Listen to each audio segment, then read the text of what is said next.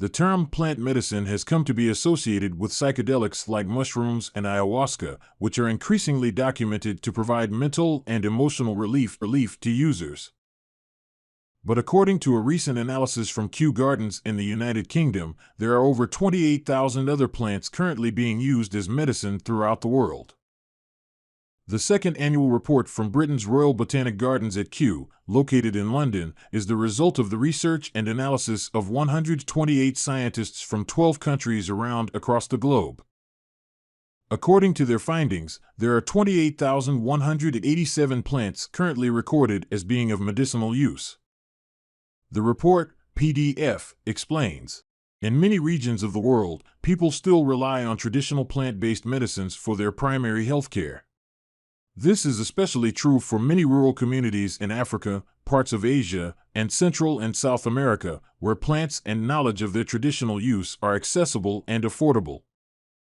In other countries, many of these traditional plant-based medicines are being integrated through regulations into mainstream health systems. Though plant medicines are making their way into the mainstream, the researchers note that currently, just 16%, 4,478, of the species used in plant-based medicines are cited in a medicinal regulatory publication. Even so, they note data on drugs approved by the FDA and similar agencies. Since 1981, 1,130 new therapeutic agents have been approved for use as pharmaceutical drugs, of which 593 are based on compounds from natural sources. 38 are derived from medicinal plants. 15 of the 56 natural drugs registered for the treatment of cancer since 1980 are derived from medicinal plants with a long history of traditional use. They note, for example, that the anti-cancerous drugs vincristine and vinblastine are derived from the Madagascar periwinkle, Catharanthus roseus, in the Apocynaceae family.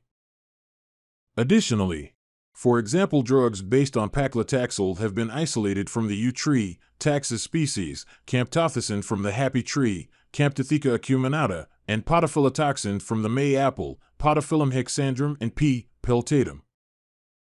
Further, researchers have discovered over 1,000 species of beneficial plants since their survey last year. As Yahoo News summarized, new plants discovered over the past year include 9 species of a climbing vine used in the treatment of Parkinson's disease. The report said 2 plants, artemisinin and quinine, are among the most important weapons against malaria, which killed over 400,000 people in 2015, Yahoo summarized. According to Monique Simmons, Deputy Director of Science at Kew, the report is highlighting the huge potential that there is for plants in areas like diabetes and malaria, Yahoo reported. One study documents 656 flowering plant species used traditionally for diabetes, representing 437 genera and 111 families, the report explains. It also points out that of only 5 drugs developed specifically for the symptomatic treatment of Alzheimer's disease, 2 are derived from plants. Some particularly powerful species of plants include Fabaceae, pea and bean, Lamiaceae, mint, Euphorbiaceae, spurge, Apocynaceae, dogbane, Malvaceae, mallow, Apiaceae, parsley or carrot, and Ranunculaceae, buttercup. Their key classes of compounds are alkaloids, Fabaceae, terpenes, Lamiaceae, diterpenoids, Euphorbiaceae, cardiac glycosides, Apocynaceae, organic acids, Malvaceae, coumarins, Apiaceae, and alkaloids, Ranunculaceae. Another highly useful plant documented in the report is Moraceae, which is used in the treatment of diabetes.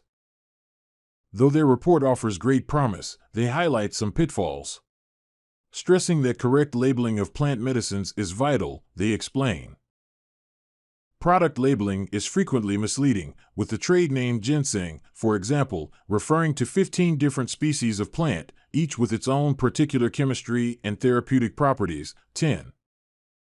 Substitution by a Belgian clinic of one Chinese medicinal herb, Fong Ji, with another sharing the same name, led to over 100 patients requiring kidney dialysis for the remainder of their lives. They also point out the threat to the plants themselves. Increasing demand for herbal medicines, particularly for species covered by pharmacopoeias, threatens wild populations of many of these plants, they note, adding that the focus of world trade on relatively few species of medicinal plants leads to sustainability and conservation issues, which ultimately lead to other plants being substituted, with potential risks to human health. They advocate more precise scientific labeling of plants and more clarity on which plants have or have not been studied in drug discovery programs. Such approaches, they contend, will be hugely important in improving our ability to realize current and future medicinal benefits from plants. As pharmaceutical drugs continue to wreak hazardous consequences, the healing power of natural plants appears to hold great promise for humans seeking treatment without the chemical side effects of current popular medicines.